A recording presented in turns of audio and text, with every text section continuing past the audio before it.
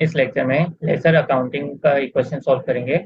और ये क्वेश्चन जो है एरियर्स वाला क्वेश्चन है। इसके बाद जो है एडवांस का एक क्वेश्चन सॉल्व कर लेंगे। तो जैसा कि इससे पहले जो है हमने लेसी की अकाउंटिंग के क्वेश्चन सॉल्व किए थे। एक बेसिक क्वेश्चन था लेसी अकाउंटिंग का, और इसमें भी जो एरियर्स का एक क्वेश्चन सॉल्व किया था। फिर उसके बाद हमने एक लेसी अकाउंटिंग में एडवांस का क्वेश्चन सॉल्व किया था। और इन दोनों के लेक्चर्स जो हैं वो ऑलरेडी अपलोडेड हैं। फिर उसके बाद एक हमने कॉन्सेप्ट डिस्कस किया था डेप्रिसिएशन का in the books of Lesi. इसका भी लेक्चर अपलोड है, अगर ये कॉन्सेप्ट क्लियर नहीं है तो ये भी देखें। फिर जो है अभी हम जो है लेसर की अकाउंटिंग का एक क्वेश्चन सॉल्व कर रहे हैं। तो इसको रीड करते हैं। Galaxy Leasing Limited has leased certain equipments to Dairy Product Limited on 1st July 13. In this respect, the following information is available. तो जैसा कि हम लेसर की अकाउंटिंग सॉल्व कर रहे हैं, तो इसमें गैलेक्सी लीजिंग लिमिटेड ये एक लीजिंग कंपनी होगी, ठीक है। तो जब भी हम इसी की बात होगी, अब गैलेक्सी लीजिंग लिमिटेड की ना, ये लेसर है हमारा। इसने एक जो है लीज पे दे रहा है certain equipment to Dairy Product Limited को 1 जुलाई 2013 को। In this respect following information is available. Fair value of equipment, ठीक है। अब जो ये जो गैलेक्सी जीएलएल है, इसने जब एसेट बाय किया होगा ना, ठीक है, तो इसने भी तो कहीं से एसेट बाय किया होगा, इक्विपमेंट बाय किया होगा, तो इसको पड़ा होगा 28.69 का।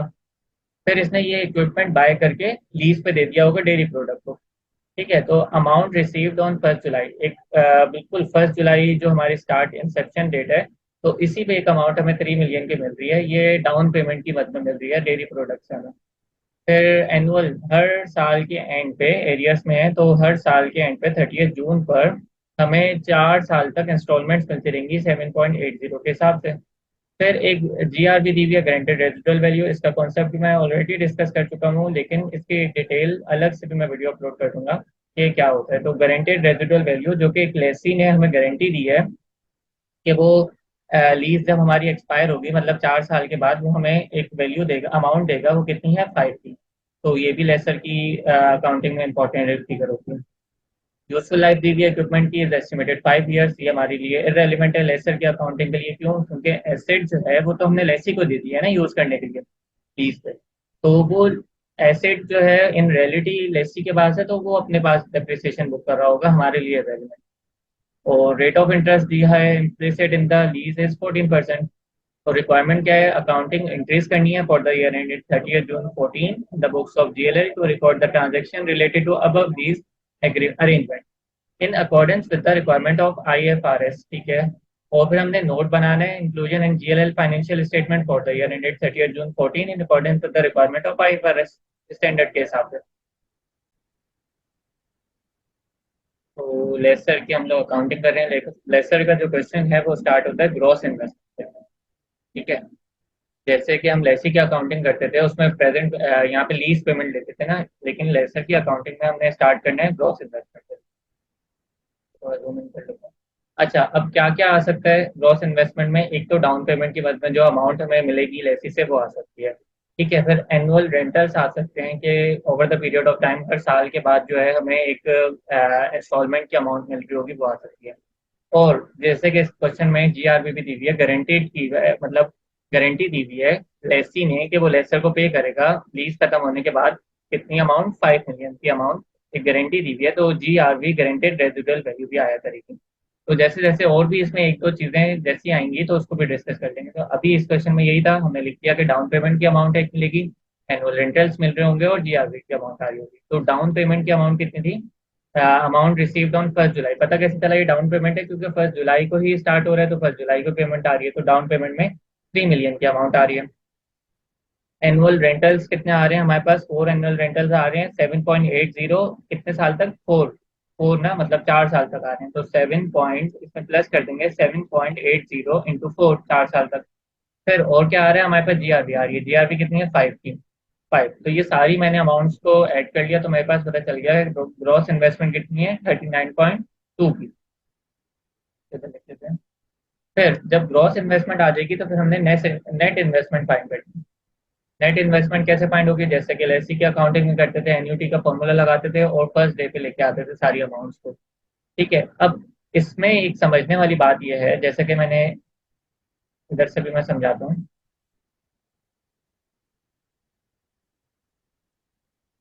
ऐसे समझते हैं। कि हमारे पास 4 साल की लीज है, ये पहला साल खत्म हुआ, ये दूसरा, ये तीसरा और ये चौथा। ठीक है, अब जो डाउन पेमेंट होगी ना, डाउन पेमेंट तो वो फर्स्ट डे पे ही हमें मिल जाएगी। वो कितनी थी? 3 मिलियन की। ठीक है। एनुअल रेंटल्स जो हमारे पास आ रहे होंगे, एनुअल रेंटल्स जो हमारे पास आ रहे होंगे वो आ रहे होंगे 7.80 के। ईयर 2 के एंड पे भी आएंगे, ईयर 3 के एंड पे भी आएंगे और ईयर 4 के एंड पे भी आएंगे। तो इसको मैं थोड़ा सा लेफ्ट साइड पर कर देता हूँ ताकि पता रहे कि ये हमारे पास एरियर्स का क्वेश्चन है, तो साल जब खत्म होगा तब ये हमारे पास एनुअल रेंटल्स आ रहे होंगे। ठीक है, डाउन पेमेंट इसी तरफ है, मतलब ये जुलाई, यहाँ वाली जो डेट है वो 1 जुलाई की है। ठीक है, जब स्टार्ट हो रहा है 1 जुलाई, कब स्टार्ट हो रहा है? 1 जुलाई 13 को।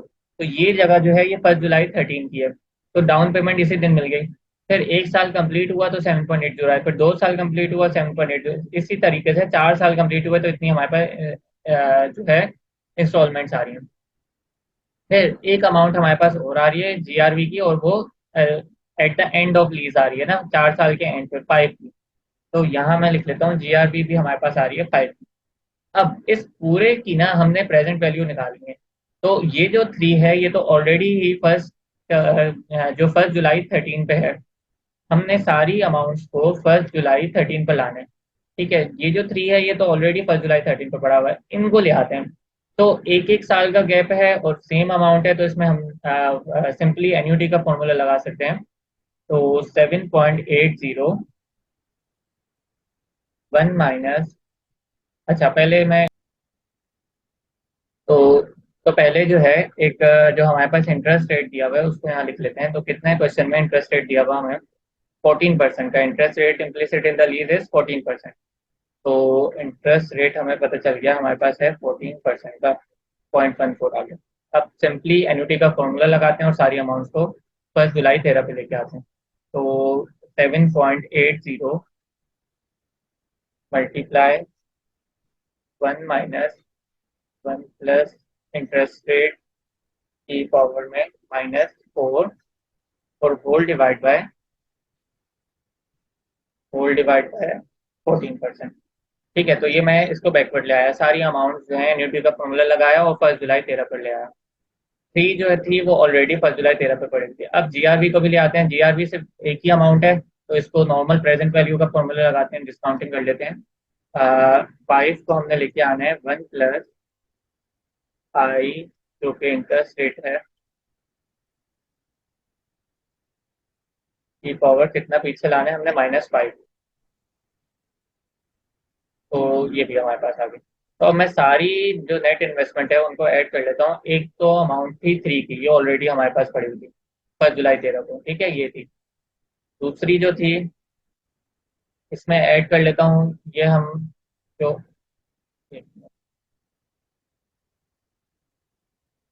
एक तो 3 था, फिर उसके अंदर ऐड करते हैं जो हम एनुअल रेंटल्स जो बैकवर्ड लाए थे सारे, डिस्काउंटिंग करी थी। और फिर एक और जो हम ये 5 वाली अमाउंट को बैकवर्ड लाए थे, इसको भी ऐड कर लेते हैं। तो 28.32 वाले एसेट को, 28.32 वाले जो हमारी नेट नेट इन्वेस्टमेंट आ रही है, और जो ग्रॉस इन्वेस्टमेंट आ रही थी 39.2 की आ रही थी। ठीक है, तो 28.32 जो है ये अमाउंट जो है हमारी इस फिगर से भी मैच हो रही है 28.69। ठीक है, पॉइंट्स का मसला आ रहा है थोड़ा सा, वो जब यहाँ पे हम लोग करेंगे पॉइंट्स को हटाएंगे तो वो ऑलरेडी ऑटोमेटिकली ठीक हो जाएगा।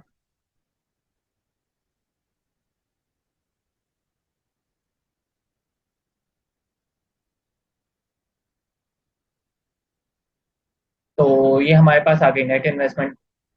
ये हमने एक वर्किंग कर ली थी, इसको मैं कर देता हूँ थोड़ा साइड में, आई होगी अच्छे से समझ आ गई होगी कि किस तरीके से सारी अमाउंट जो है वो बैकवर्ड आई है। तो सबसे पहले हमने ग्रॉस इन्वेस्टमेंट फाइंड कर ली, फिर हमने नेट इन्वेस्टमेंट फाइंड कर ली। अब हम जो है सिंपली एमोटाइजेशन शेड्यूल बना लेते हैं।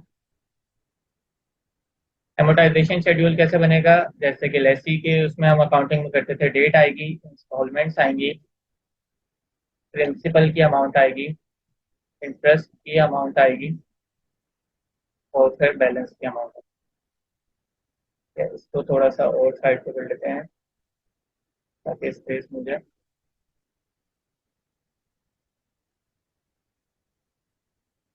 तो अच्छा, जैसे कि लेसी की अकाउंटिंग जो थी वो present value of lease payment से स्टार्ट होती थी, यहाँ पे लेसर की अकाउंटिंग जो होगी वो नेट इन्वेस्टमेंट से स्टार्ट होगी। मैं यहाँ लिख देता हूँ। स्टार्ट कहाँ से होगी? नेट इन्वेस्टमेंट से। कितनी हमने फाइंड किया? 28.32 की। और डेट क्या है? 1 जुलाई 13। आज जो स्टार्ट हो रही है इंसेप्शन डेट क्या है हमारी? 1 जुलाई 13। ठीक है, अब हमने जो है जैसे कि मैंने वहां पे भी समझाया था कि पहले डेट वाला कॉलम भर लेना है। तो अब हम डेट का कॉलम फिल कर लेते हैं। तो पहली पेमेंट कब आ रही है वो जाके देखते हैं। हाँ, तो सारी पेमेंट 30 जून को रही है, मतलब साल खत्म जब हो रहा है तब आ रही है। लेकिन 1 जुलाई को भी एक पेमेंट आ रही है 3 मिलियन की। तो यहाँ पे 1 जुलाई उसी दिन, ठीक है, 1 जुलाई 2013 को ही एक पेमेंट आई 3 मिलियन की। यहाँ इंस्टॉलमेंट लिख लेते हैं कितनी की आई? 3 मिलियन की। फिर जब पूरा साल गुजरा, 30 जून 2014 आ गया, एक पूरा साल गुजरा, 30 जून 14 आया, तो हमारे पास एक पेमेंट आएगी, इंस्टॉलमेंट आ जाएगी 7.80 की। फिर अगेन 30 जून 2015 जब आएगा, फिर एक और हमारे पास इंस्टॉलमेंट आ जाएगी 7.80 की। फिर अगेन 30 जून 2016 जब आएगा, एक और इंस्टॉलमेंट आ जाएगी 7.80 की। तो इस तरीके से हमारे पास 1 साल, 2 साल, 3 साल, और 30 जून 2017 जब आएगा तो चौथी इंस्टॉलमेंट भी आ जाएगी 7.80 की। ठीक है, 4 साल तक आने थे 7.80। और 4 साल के एंड पे expiry of the lease term पे 5 की अमाउंट भी आ रही है, सेम 7.80 भी आ रही है चौथे साल के एंड पे, और एक 5 की अमाउंट भी आ रही है। तो दोनों को ऐड करके लिख लेते हैं। यहाँ पे पहले मैं अलग से लिख देता हूँ, 7.80 भी आ रहा है और 5 की अमाउंट भी आ रही है। तो 7.80 को मैं अगर प्लस करता हूँ 5, तो ये हमारे पास 12.8 में जाता है। तो अभी हमने क्या किया, सबसे पहले डेट का कॉलम फिल किया, उसके साथ साथ हमने देख लिया कि कौन कौन सी पेमेंट्स आ रही हैं। ठीक है, पेमेंट्स आ रही है, मैं क्यों बोल रहा हूँ? क्योंकि मैं लेसर की अकाउंटिंग सॉल्व कर रहा हूँ। लेसर के पास जो है वो अमाउंट आएगी। ठीक है, जब मैं लेसी की अकाउंटिंग कर रहा था तो लेसी की अकाउंटिंग में मैं बोल रहा था कि पेमेंट जाएगी मेरे पास से। लेकिन अब ना हम कर रहे हैं लेसर लेसर का क्वेश्चन। तो लेसर के क्वेश्चन में ये इंस्टॉलमेंट्स की मद में ये सारी अमाउंट्स हमारे पास आ रही है। अब इसी इंस्टॉलमेंट को हमने ब्रेक करना है, प्रिंसिपल में और इंटरेस्ट में चेक करना है कि ये जो अमाउंट्स आ रही है इसमें प्रिंसिपल की मद में कितना आ रहा है और इंटरेस्ट की मद में कितना आ रहा है। ठीक है, जो इंटरेस्ट की मद में आ रहा होगा ना वो सब हमारा फायदा होगा, क्योंकि वो चीज अमाउंट ऊपर आ रही होगी। बाकी प्रिंसिपल की मद में आ रहा होगा वो तो वही अमाउंट होगी ना जो कि हमने बाहर से जब एसेट खरीदा था तो उसको दिए थे। ठीक है, तो अगर बैंक की भी मिसाल ली जाए, बैंक पहले क्या करता है, होंडा कंपनी से कार खरीदता है। ठीक है, उस कार खरीदने के बाद बैंक ने होंडा कंपनी को पैसे दे दिया। अब बैंक जो है वही सेम कार लीज पे कस्टमर को दे देता है। वो कस्टमर से अमाउंट एक जो ले रहा होता है, उस अमाउंट में भी दो चीजें होती हैं, एक प्रिंसिपल की अमाउंट मिल रही होती है बैंक को वापसी। ठीक है, और एक ऊपर बैंक का इंटरेस्ट होता है जो कि इंटरेस्ट की अमाउंट है। तो अब इंटरेस्ट को ब्रेक कर देते हैं, इंटरेस्ट को। अच्छा, बिल्कुल 1 जुलाई 13, जब 1 जुलाई 13 ही हुआ है, तो इसमें इंटरेस्ट कुछ बना होगा? नहीं, पहले दिन कोई इंटरेस्ट नहीं बनता। इंटरेस्ट हमेशा एक पूरा कंप्लीट ईयर कंप्लीट होने के बाद बनता है। तो पहले साल 1 जुलाई 13 पे ही हम लोग खड़े में, तो कोई भी इंटरेस्ट नहीं होगा। जितनी भी प्रिंसिपल की अमाउंट जा रही होगी वो सारी 3 की 3, मतलब इंस्टॉलमेंट जो है वो पहले दिन सारी जा रही है, तो ये 3 हमारा उतर जाएगा। तो यहाँ खड़े होके अगर मैं इसमें से 3 माइनस कर दूं, तो 1 जुलाई 13 पे खड़े होके शाम में मैं देख रहा हूँ कि भाई मैं 25.32 मेरे पास आने, टोटल आने थे 28.32, उसमें से 3 आ गए। अब मेरे पास आने 25.32। अब मैंने क्या किया कि 25.32 पे 14% का जो इंटरेस्ट रेट था वो लगाया। तो इतनी अमाउंट मेरे पास आनी है इंटरेस्ट की मद में। ठीक है, 30 जून 2014 को जो टोटल मेरे पास 7.8 आने हैं उसमें से 3.54 तो इंटरेस्ट की मद में आने। बाकी मैं चेक करना चाह रहा हूँ कि प्रिंसिपल की मद में कितना आएगा। तो इसमें से मैं अगर इसको माइनस कर देता हूँ तो मेरे पास ये प्रिंसिपल की मद में आ रहा है। ठीक है, इनके पॉइंट्स को कुछ कम कर लेते हैं, 2 डिजिट तक रख लेते हैं। 7.80 टोटल है इंस्टॉलमेंट, उसमें से 4.25 जो थे वो प्रिंसिपल की मद में आए, 3.55 जो थे इंस्टॉलमेंट की मद में आए। तो अब 25.32 में से जब मैंने 4.25 माइनस किया, तो ये 30 जून 2014 पे ये अमाउंट ये बता रही है कि अब टोटल में 21.0607 मेरे पास टोटल आने हैं कितने सालों तक? अगले 3 सालों तक। ठीक है, इसको बहुत आसान सी चीज़ है ये, बिला वजह की डिफिकल्ट हुई भी होती हैं। सिर्फ समझना ये है कि भाई कौन कौन सी अमाउंट्स ये हमारे पास आ रही हैं। ये सारी अमाउंट्स वो बताती हैं कि हर साल के एंड पे इतनी अमाउंट्स हमारे पास आनी है। शुरू में 28.32 आने थे, ठीक है, उसमें से 3 आ गए, तो अब 25.32 आने, 25.32 में से इन दोनों को ऐड करें तो यही बनता है 7.8। बस ये ब्रेकअप है 7.8 का ना, ये ब्रेकअप है। 25.32 में से 4.25 प्रिंसिपल की मद में आ गए। अब प्रिंसिपल इतना बचा। अगेन 21.07, ये जो प्रिंसिपल की अमाउंट है इसके ऊपर हमने 0.14 का इंटरेस्ट रेट लगाया, और 7.8 में से 2.95 माइनस किया, तो पता चल गया कि 7.8 जो टोटल हमारे पास आ रहे हैं उसमें से प्रिंसिपल की मद में इतना है, इंटरेस्ट की मद में इतना है। प्रिंसिपल कितना रह गया, 21.07 में से 4.85 प्रिंसिपल की मद में अमाउंट आ गई, तो रिमेनिंग कितनी रह गई, 16.22 की। सेम ये इसी तरीके से पूरा हम नीचे तक ले जाएंगे, इसके ऊपर इंटरेस्ट रेट लगाते हैं, 7.8 में से इसको माइनस करते हैं, और प्रिंसिपल जो 5.53 का कम हुआ है इसको माइनस करते हैं, फिर 10.69 पे इंटरेस्ट लगाते हैं, और 12.8 में से 1.50 माइनस करते हैं, और 10.69 में से 11.30 को माइनस करते हैं, तो ये अमाउंट जीरो ही आएगी। कि 0.61 का डिफरेंस इसलिए आ रहा है कि ये 28.32 जो है ये 62 होनी चाहिए थी। ठीक है, ये पॉइंट्स का मसला है, कोई मसला नहीं है पेपर में, तो इसके कोई नंबर नहीं कटते, ये अमाउंट जीरो ही आया करेगी। तो अभी ये मैं सिर्फ टाइम की वजह से मैंने ये पॉइंट की फिगर सही नहीं करी, वरना ये सही भी हो जाएगी। यहाँ पे हमने कुछ मसला किया होगा पॉइंट्स का जब इशू आ रहा है। तो पॉइंट्स का कोई मसला नहीं है, ये अमाउंट हमेशा जीरो आया करेगी, इसलिए अमाउंट क्या बता रही है कि 30 जून 17 पे खड़े होकर हम किसी भी अमाउंट के लिए लायबल नहीं है, लायबल मतलब कि हमें कोई भी अमाउंट नहीं मिलेगी, खत्म हो गई, जितनी भी अमाउंट हमें मिलनी थी वो सारी मिल गई। तो ये अभी हमने क्या किया, ग्रॉस इन्वेस्टमेंट कर ली, नेट इन्वेस्टमेंट बता दी, फिर अमोर्टाइजेशन शेड्यूल बनाना सीख लिया लेसर की अकाउंटिंग में। अब हम सीखते हैं कि जनरल एंट्रीज कैसे होंगी, इसकी एंट्रीज।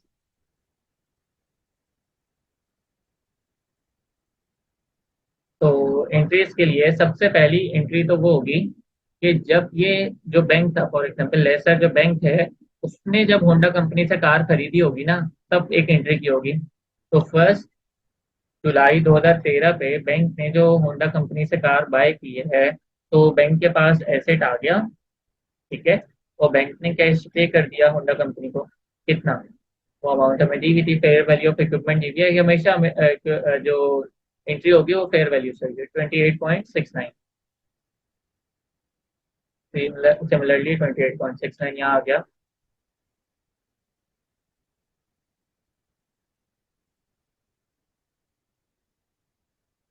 ठीक है, सेकंड एंट्री हमारे पास 1 जुलाई 2013 को होगी, और वो क्या होगी कि यही सेम एसेट उठा के हमने दे दिया लेसी को।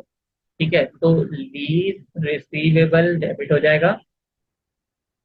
ठीक है, खाली रिसीवेबल, अकाउंट रिसीवेबल इसलिए डेबिट नहीं हो रहा क्योंकि हम लीजेस कर रहे हैं, तो लीजेस में इसको अलग रखने के लिए लीज रिसीवेबल डेबिट हो जाएगा, एसेट जो है क्रेडिट हो जाएगा। तो अब यहाँ पे याद रखना है, ये जो एसेट क्रेडिट हुआ करेगा ना, ये हमेशा फेयर वैल्यू से हुआ करेगा। ये मैं सारी चीजें इसलिए बता रहा हूँ क्योंकि ये एमसीक्यूज में भी चीजें आ सकती हैं। जब एमसीक्यूज में आती हैं तो पता नहीं चलता कि किस तरीके से कौन सी एंट्रीज हो रही हैं। और जब भी लीज रिसीवेबल डेबिट हो रहा होगा, तो वो हमेशा नेट इन्वेस्टमेंट से हो रहा होगा अपनी।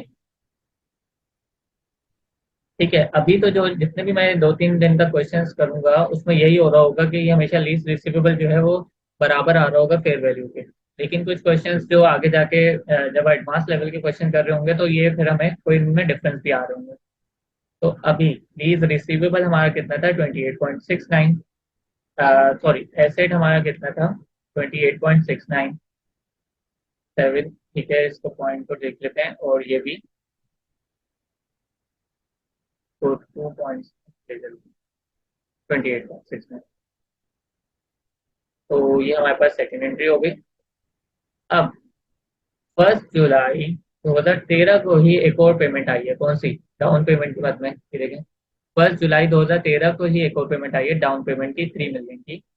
तो हमारे पास कैश आ गया। लेसर की अकाउंटिंग कर रहे हैं, याद रखना है, लेसी की नहीं है, लेसर की अकाउंटिंग कर रहे हैं।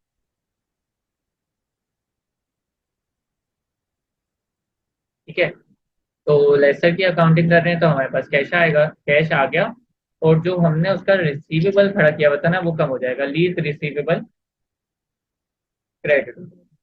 ठीक है, तो कैश हमारे पास कितना आया, 3 मिलियन का। अभी ये सारी जो एंट्रीज हुई हैं वो 1 जुलाई 13 को, साल के पहले दिन ही हुई है। ठीक है, अब क्या होगा, अब ईयर एंड आ जाएगा हमारा 30 जून 2000 2014 आ जाएगा, 30 जून 2014। ठीक है, ये हमारे साल का ईयर एंड आ गया। अब ईयर एंड पे क्या हुआ, जब ये 30 जून 2014 आया तो हमारे पास अमाउंट आई, कैश आया 7.8 का। ठीक है, इंस्टॉलमेंट ये आई है हमारे पास, लेसर है हम लोग। ठीक है, उसमें से 4.25 जो था वो ये रिसीवेबल की मद में आया है, और 3.55 जो था वो इंटरेस्ट की मद में आया है। ठीक है, तो कैश डेबिट, कैश आ गया। ठीक है, लीज रिसीवेबल कम हो जाएगा, और इंटरेस्ट इनकम हमारी आ जाएगी, बन जाएगी। ठीक है, जब हम लोग, मैं बार बार बता रहा हूँ कि जब हम लेसी की अकाउंटिंग करते थे उसमें ये एंट्रीज डिफरेंट होती थी, क्योंकि इसमें पेएबल बन रहा होता था। अब हम लेसर की अकाउंटिंग कर रहे हैं तो इसको अच्छे से देखनी है एंट्रीज। तो हमारे पास कैश कितना आया, कैश हमारे पास आया 7.8 का। ठीक है, इसको 7.8 का ब्रेकअप क्या था, 7.8 का ब्रेकअप था कि 4.25 जो था वो लीज रिसीवेबल की मद में था, और बाकी इंटरेस्ट इनकम होती है 3.5। तो ये एंट्री भी हमारी मैच हो गई। ठीक है, तो ये सारी हमने फर्स्ट ईयर की एंट्री कर ली, जो कि 30 जून 14 को एंड हो रहा था। अब हम यहाँ पे एक और कर लेते हैं, ईयर टू की एंट्रीज कर लेते हैं। ईयर टू में पहले साल तो कुछ भी नहीं होगा, क्योंकि दोबारा एसेट तो बाय नहीं करना, मैं सामने सामने एंट्रीज कर रहा हूँ इसलिए लिख रहा हूँ। ये जो हमने एसेट बाय किया था ये दोबारा थोड़ी बाय करेंगे ईयर टू में। ये जो हमने रिसीवेबल जो क्रिएट किया था वो दोबारा क्रिएट भी नहीं करेंगे, तो फर्स्ट एंट्री में ही क्रिएट हुआ था बस। हाँ, अब 1 जुलाई 13 को अगेन कोई हमें इंस्टॉलमेंट मिली है, डाउन पेमेंट मिली है 1 जुलाई 13 को? नहीं, डाउन पेमेंट तो बिल्कुल 1 जुलाई 13 साल जब स्टार्ट हुआ था तब मिल गई थी, तो यहाँ पे भी कोई एंट्री नहीं होगी। यहाँ बिल्कुल 30 जून 2015। ठीक है, ये जो साल आया इस पे हमारी एंट्री होगी। तो 30 जून 2015 पे जब हम आए तो 7.80 हमारे पास कैश आया, और इसका ब्रेकअप क्या था, ये लीज रिसीवेबल के मद में आए थे और ये इंटरेस्ट इनकम के मद में आए। Simple simple. एरियर्स वाली जो अकाउंटिंग होती है ना वो इसलिए आसान होती है क्योंकि उसके डेट के सामने सामने ना सारी चीजें मिली होती हैं। 14 की डेट के सामने 14 की सारी चीजें, 15 की डेट के सामने 15 की सारी चीजें। तो यही, इससे मैं इंटरेस्ट कॉपी कर लेता हूँ टाइम बचाने के लिए। कैश हमारे पास कितना आया था, कैश आया 7.80 का 30 जून 15 को। लीज रिसीवेबल हमारे पास 4.85 का आया, और इंटरेस्ट इनकम हमारे पास 2.95 की बनी। अच्छा, जब, अब यहाँ पे मैंने एक डेप्रिसिएशन की एंट्री क्यों नहीं की वो भी समझा देता हूँ कि लेसर के पास जो है वो एसेट नहीं होता। एसेट जो है इन रियलिटी एसेट किसको दे देता है, लेसी को। तो इसलिए लेसी जो है वो इंक्रीज कर रहा होता है। लेसर की अकाउंटिंग में डेप्रिसिएशन की एंट्री नहीं होती। अगर होनी होती तो यहाँ पे एक डेप्रिसिएशन की एंट्री भी आ रही होती। तो मैंने ईयर वन और ईयर टू की एंट्रीज कर दी है। इसी तरीके से ईयर थ्री की एंट्रीज होंगी तो वो 30 जून 16 वाली एंट्रीज हो जाएंगी, और फोर में 30 जून 17 वाली एंट्रीज आ। तो अभी हमने एंट्रीज कर ली हैं, अब हम स्टेटमेंट ऑफ कॉम्प्रिहेंसिव इनकम कर लेते हैं, उसके एक्सट्रैक्ट्स बना लेते हैं। एसओसीआई लिख लेता हूँ, प्रॉफिट एंड लॉस लिख सकते हैं, एसओसीआई लिख सकते हैं, हमने एक्सट्रैक्ट्स बनाने हैं। तो कौन कौन सी डेट के, 30 जून 14 को बना लेते हैं, और 30 जून 15 बना लेते हैं। 2 साल के एक्सट्रैक्ट्स लिख लेते हैं। अब मुझे बताएं कि प्रॉफिट एंड लॉस में इसमें क्या आ रहा होगा। प्रॉफिट एंड लॉस में हमारे पास सिर्फ इंटरेस्ट इनकम बन रही होगी। ठीक है, तो 30 जून 14 को हमारे पास इंटरेस्ट की मद में 3.55 आ रहा था, तो ये हमारे पास इंटरेस्ट इनकम आ गई 3.55। ठीक है, यहाँ मैं लिख देता हूँ कि क्या आ रहा है, प्रॉफिट एंड लॉस में सिर्फ इंटरेस्ट इनकम आ रही है 3.55, 30 जून 14 को आ गई। और 15 वाली देख लेते हैं, 30 जून 15 के सामने ही दिख जाएगी। वो कितनी आ रही है, 2.95 की हमारी इनकम हो रही है, इंटरेस्ट इनकम। ठीक है, 2.95। तो ये सिंपल हमारे पास ये एक्सट्रैक्ट्स हो गए, और कुछ भी नहीं आएगा इसमें। अब एक्सट्रैक्ट्स बना लेते हैं। तो एक्सट्रैक्ट्स क्यों कहते हैं, क्योंकि इसमें बाकी सारी चीजों को हमने छोड़ देते हैं, जो जिस चैप्टर की बात हो रही होती है सिर्फ वही चैप्टर की रेलिवेंट चीजें ले। स्टेटमेंट ऑफ फाइनेंशियल पोजीशन कर लेते हैं, क्या बैलेंस शीट बोल रहे हैं। तो इसके अंदर क्या क्या आ रहा होगा, इसके अंदर सबसे पहले नॉन करंट एसेट आ रहे होंगे। ठीक है, नॉन करंट एसेट में जो है लीज रिसीवेबल आ रहा होगा। लीज रिसीवेबल ये अमाउंट हमें मिलनी है। ठीक है, फिर उसके बाद नॉन करंट एसेट के बाद इसमें करंट एसेट भी आ रहे होंगे। ठीक है, और करंट एसेट में current portion of lease receivable आ रहा होगा। अच्छा, इसको ब्रेक क्यों किया? इसलिए ब्रेक किया कि यूजर को पता चले कि एक साल के अंदर अंदर जो कि हम लोग करंट एसेट बोलते हैं उसमें हमारे पास कितने एसेट आएंगे, और एक साल के बाद बाकी सारे, मतलब एक साल से ऊपर कितनी हमारे पास रिलीज रिसीवेबल में अमाउंट आ रही है। इसलिए करंट पोर्शन अलग कर लिया एसेट का और नॉन करंट अलग रहने दिया। तो लीज रिसीवेबल के लिए, मतलब इसको आसान रखने के लिए 30 जून 2014 का भी हमें देखना है। ठीक है, दोनों चीजें 30 जून 2014। तो 30 जून 2014 पे हमारे पास कितनी अमाउंट, हम यहाँ खड़े हुए हैं ना, तो जब भी ये नोट बना रहे होंगे ना, तो एक बात याद रख लें, जिस साल का बना रहे होंगे उस साल की पेमेंट के नीचे ये जो 4.25 हमारे पास पेमेंट आई थी ना, इसके नीचे हमने लाइन लगा दी। ठीक है, इसके नीचे हमने पूरी लाइन लगा दी। अब एक साल के अंदर अंदर जो हमें मिलेगी वो 4.85 मिलेगी, मतलब 15 को जो हमें रिसीवल जो इसकी प्रिंसिपल अमाउंट मिल रही है वो कितनी है, 4.85। एक साल के अंदर अंदर कितनी मिल रही है, 4.85 की। और एक साल के बाद बाकी सारे के अंदर अंदर कितनी, मतलब 4.85 के अलावा बाकी ये एक साल के बाद वाले हैं ना, तो ये जो अमाउंट्स होंगी ना वो यही वाली होंगी, ये 16.22 जो लिखा हुआ है ना, इन दोनों को ऐड करके लिखा हुआ है। असल में ये चीज प्रिंसिपल है, यहाँ से समझते हैं, ये चीज प्रिंसिपल है। इसमें एक साल के अंदर अंदर इतना मिल गया, और बाकी एक साल के बाद बाकी सारों के अंदर अंदर 16.22 है। तो इस तरीके से समझ। दोबारा से बता रहा हूँ, हमने क्या करना है, नोट बनाते मतलब इंक्रीज कर ये एसओएफपी बनाते हुए और नोट बनाते हुए जिस साल का होगा उस साल की पेमेंट के नीचे लाइन लगानी है। 30 जून की हमने पेमेंट कर ली थी 4.25, उसके नीचे हमने लाइन लगाई।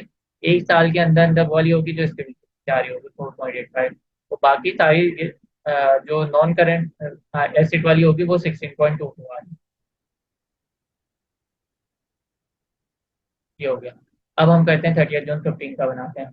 इसका करंट पोर्शन देखते हैं। करंट पोर्शन क्या है? अब हम 30 जून 2015 पे खड़े हुए हैं ना। ठीक है, तो मैं इसकी,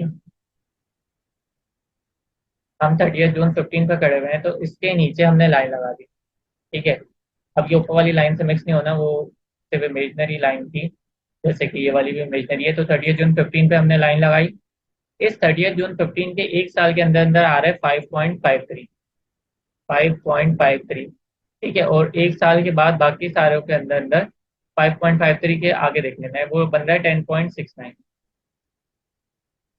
अच्छा, ये पॉइंट्स की उसमें नहीं जाना कि यहाँ पे 11 आ रहा है तो मसला हो गया क्वेश्चन में, नहीं, पॉइंट्स का कोई भी इशू नहीं होता, ये 10.69 को 11 भी लिख सकते हैं, कोई इशू नहीं। तो पॉइंट्स का कोई भी इशू नहीं होता। तो अभी हमारे पास स्टेटमेंट ऑफ कॉम्प्रिहेंसिव बन गई और एक्सट्रैक्ट बन गया हमारे पास किसके, स्टेटमेंट ऑफ फाइनेंशियल पोजीशन। अब हम बना लेते हैं नोट। तो नोट का मैंने एक फॉर्मेट ऑलरेडी बना के रखा हुआ है, ये हर क्वेश्चन में सेम ही होता है, बस अमाउंट डिफरेंट होती है, तो उसको अच्छे से इस क्वेश्चन में समझ लें ताकि, अच्छा बना के इसलिए रखा हुआ है ताकि टाइम बच जाए। तो कैसे बनेगा, गैलेक्सी लीजिंग लिमिटेड हमारे पास कंपनी थी, नोट्स का फाइनेंशियल स्टेटमेंट बना रहे हैं फॉर द ईयर एंडेड 30 जून 2014। ठीक है, अभी 2014 के साल का बना रहे हैं। तो यहाँ पे मैं अमाउंट से पहले बता देता हूँ। फिर हमारे पास ये नोट नंबर हमने दिया है इसको 7। ठीक है, और ये हमने लिखा कि फाइनेंस लीज है। ठीक है, ये क्यों है ये मैं बताऊंगा कि फाइनेंस लीज यहाँ पे क्यों लिखा है, अभी डिटेल में समझेंगे। हमने लिखा फाइनेंस लीज हेडिंग डाली, फिर हमने 7.1 जो बनाया नोट नंबर, उसमें हमने बस जो सिंपल सिंपल बातें थी वो लिखी कि entity has lease and asset, interest rate कितना था, 14% पर एनम, रेंटल्स जो थे पेबल थे एनुअल। कोई डिटेल पैराग्राफ नहीं लिखने होते, बिल्कुल जो बेसिक बातें होती हैं वो इसमें बतानी होती हैं, तो वो भी मैंने बता दी। फिर 7.2 नोट बनेगा मेच्योरिटी एनालिसिस का कॉन्टेक्चुअल अनडिस्काउंटेड कैश फ्लो। जैसे कि हम लीज लेसी की अकाउंटिंग में बनाते थे सेम वैसी बनेगा। इसमें क्या आ रहा होता है, ठीक है, इसमें हमें ये पता चल रहा होता है कि कितनी अमाउंट्स हमें अभी और मिलनी है। ठीक है, प्रिंसिपल की मत में ना, लेसी से कितनी अमाउंट हमें अभी और मिलनी है। तो एक साल के अंदर अंदर कितनी अमाउंट मिलनी है वो जाके देखते हैं। अभी हम 30 जून 2014 का बना रहे हैं, 30 जून 2014 का जब बना रहे हैं तो एक साल के अंदर अंदर ये इंस्टॉलमेंट्स को इसमें कॉलम देखना है, तो एक साल के अंदर अंदर हमें कितनी मिलेगी, 7.8। ठीक है, यहाँ हम 30 जून 14 पे खड़े हुए हैं, ये तो मिल गई ना 7.8, ये वाली मिल गई। ठीक है, ये वाली मिल गई है। अब ये अमाउंट हमें मिलेगी, इसको मैं कलर कर देता हूँ।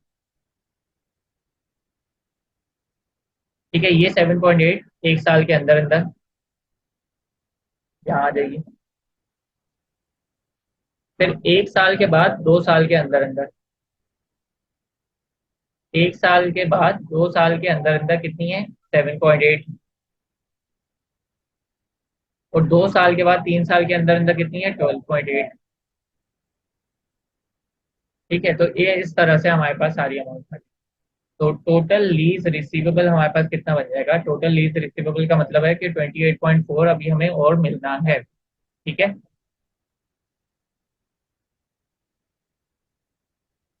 ये हमने लिख लिया यहाँ पे। अब अच्छा,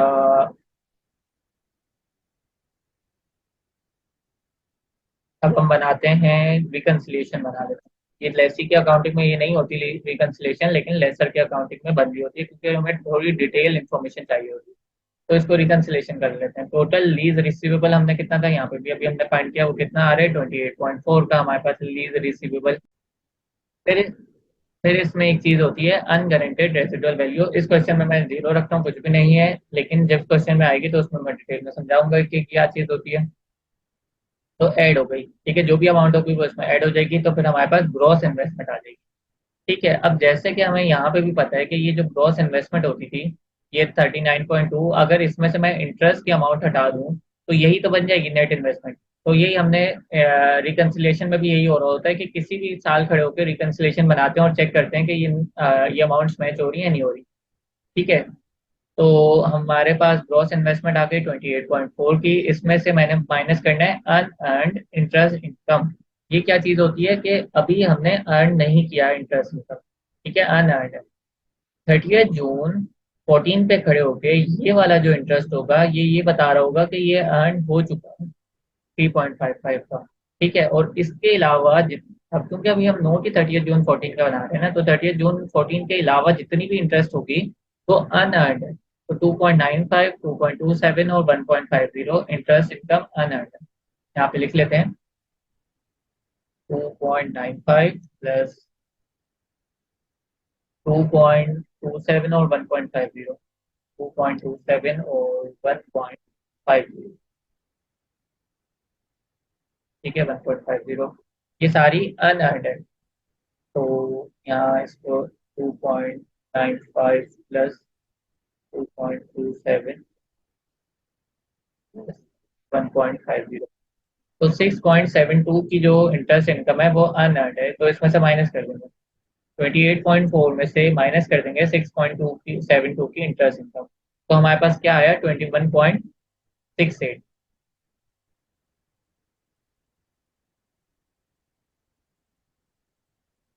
और ये हमारे पास इस अमाउंट से आगे मैच हो गया।